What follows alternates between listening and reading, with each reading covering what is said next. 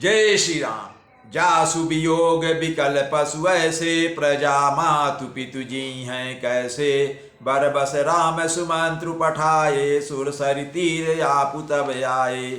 जिन राम के वियोग में पशु इस प्रकार व्याकुल हैं, उनके वियोग में प्रजा माता और पिता कैसे जीते रहेंगे। श्री रामचंद्र जी ने जबरदस्ती सुमंत्र को लौटाया। तब आप गंगा जी के तीर पर आए। केवट ऐसा सोच रहा है कि जब सुमंत्र रथ को हाँकने लगा तो घोड़े हिंडा रहे थे, उसीलिए वो कह रहा पशु जब ऐसे वियोग में दुखी हो रहे हैं, घोड़ा हिंडा रहा, वो जाने तैयार नहीं है, तो उनके माता पिता और प्रजा कैसे सुखी रहेंगे। तो यही वो सोच रहा है।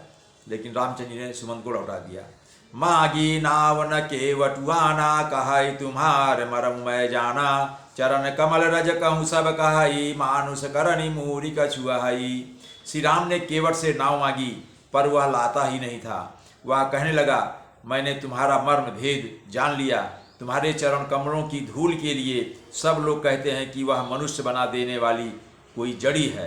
क्योंकि पत्थर, अहिल्या पत्थर के रूप में थी, उनको उन्होंने पग से अपने चरण रस से छुआ तो वो स्त्री बन गई। उसी का उदाहरण दे रहे हैं। छुअत शिला भय नारी सुहाई, पाहन ते न काठ कठिनाई। तरने मुनि घरनी होई जाई, बाट परई मोहि नाव उड़ाई। जिसके छूते ही पत्थर की शिला सुंदरी स्त्री हो गई। मेरी नाव तो काठ की है, काठ पत्थर से कठोर तो होता नहीं। मेरी नाव भी मुनि की स्त्री हो जाएगी और इस प्रकार मेरी नाव उड़ जाएगी। मैं लुट जाऊंगा अथवा रास्ता रुक जाएगा, जिससे आप पार ना हो सकेंगे और मेरी रोजी मारी जाएगी।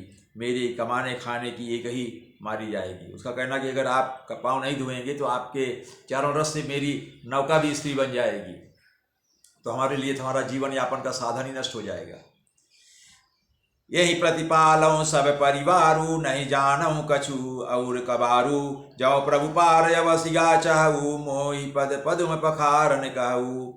आगे निषाद राज कहता है, मैं तो इसी नाव से सारे परिवार का पालन पोषण करता हूँ, दूसरा कोई धंधा नहीं जानता। हे प्रभु, यदि तुम अवश्य पार करना चाहते हो तो मुझे पहले अपने चरण कमल पखारने दो, अर्थात उन्हें धोने दो। पद कमल छोई चढ़ाई, नाव न नाथ उतराई। चहु मोहि राम राउरियान, दशरथ शपथ सब साची कहूँ। बरु तीर मारहु लखन पैल, जब लगी न पाए पखारी हूँ। तब लगी न तुलसीदास, नाथ कृपाल पारू तारी हूँ। केवट कह रहा है, हे नाथ, मैं चरण कमल धोकर आप लोगों को नाव पर चढ़ा लूंगा। मैं आपसे कुछ उतराई नहीं लूंगा। हे राम, मुझे आपकी दुहाई और दशरथ जी की सौगंध है, मैं सब सच सच कहता हूँ। लक्ष्मण भले ही मुझे तीर से मारें, पर जब तक मैं पैरों को पखार ना लूंगा, पैरों को धो नहीं लूंगा, तब तक हे तुलसीदास के नाथ, हे कृपाल, मैं पार नहीं उतारूंगा। जिद पर आ गया केवट। सुन केवट के बैन प्रेम लपेटे, अटपटे बेसे करुणा ऐन चितई जान की लखन तने। केवट के प्रेम में लपेटे हुए अटपटे वचन सुनकर करुणाधाम श्री रामचंद्र जी जानकी जी और लक्ष्मण जी की ओर देखकर हंसने लगे। कृपा सिंधु बोले मुस्काई, सोई करु जई तो नाव न जाई। बेगियानु जल पाए पखारू, होत विलंब उतारहि पारू। कृपा के समुद्र श्री रामचंद्र जी केवट से मुस्कुरा कर बोले, तू वही कर जिससे तेरे नाव ना जाए। जल्दी पानी ला और पैर धो ले, देर हो रही है, पार उतार दे। भगवान राम इसलिए जल्दी में थे कि कहीं और प्रजा ने आ जाए और हमको रोकने के लिए वो जल्दी से पार होकर जाना चाहते थे। जासु नाम सुमिरत एक बारा, उतरहि नर भव सिंधु अपारा। सोई कृपालु केवटहि निहोरा, जय जगु की तिहु पगहु ते थोरा। एक बार जिनका नाम स्मरण करने से मनुष्य अपार भवसागर के पार उतर जाते हैं, और जिन्होंने वामन अवतार में जगत को 3 पग से भी छोटा कर दिया था, अर्थात 2 पग में त्रिलोकी को नाप लिया था, वही कृपाल श्री रामचंद्र जी गंगा जी से पार उतारने के लिए केवट का निहोरा कर रहे हैं, मतलब केवट का आसरा देख रहे हैं, केवट से निवेदन कर रहे हैं। पद नख निरखि देव सरिहर्षि, सुनि प्रभु बचन मोह मति करसी। केवट राम रजाय सुपावा, पानी कठौता भरि ले आवा। प्रभु के इन वचनों को सुनकर गंगा जी की बुद्धि मोह से खिंच गई थी कि ये साक्षात भगवान होकर भी पार उतारने के लिए केवट का निहोरा कैसे कर रहे हैं। मतलब केवट के ऊपर ही कैसे निर्भर है, उसी के आश्रय पर मतलब इस समय स्थित हैं। परंतु समीप आने पर अपनी उत्पत्ति के स्थान पदनखों को देखते ही उन्हें पहचान कर देव नदी गंगा जी हर्षित हो गए। लेकिन गंगा जी ने जब उनके पैर को देखा तो वो पहचान गई, ये तो भगवान राम हैं। देव नदी गंगा जी हर्षित हो गई।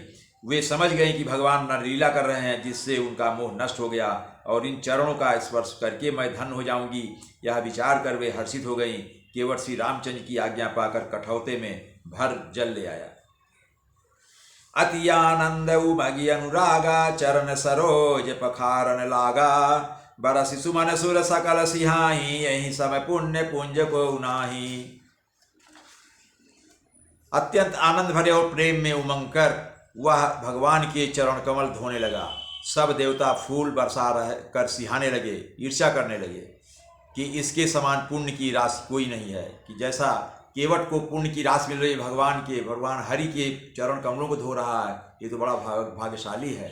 इसलिए उनको ईर्ष्या हो रही थी। पद पखारी जलुपान करी, आप सहित परिवार, पितर पारु करी प्रभु पुनि, मुदित गयऊ ले पार।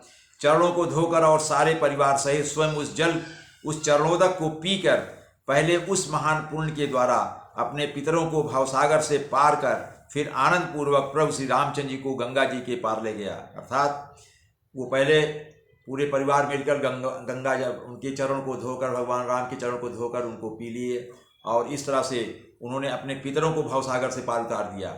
फिर उसके बाद गंगा जी के पार भगवान राम को ले गया। जय श्री राम।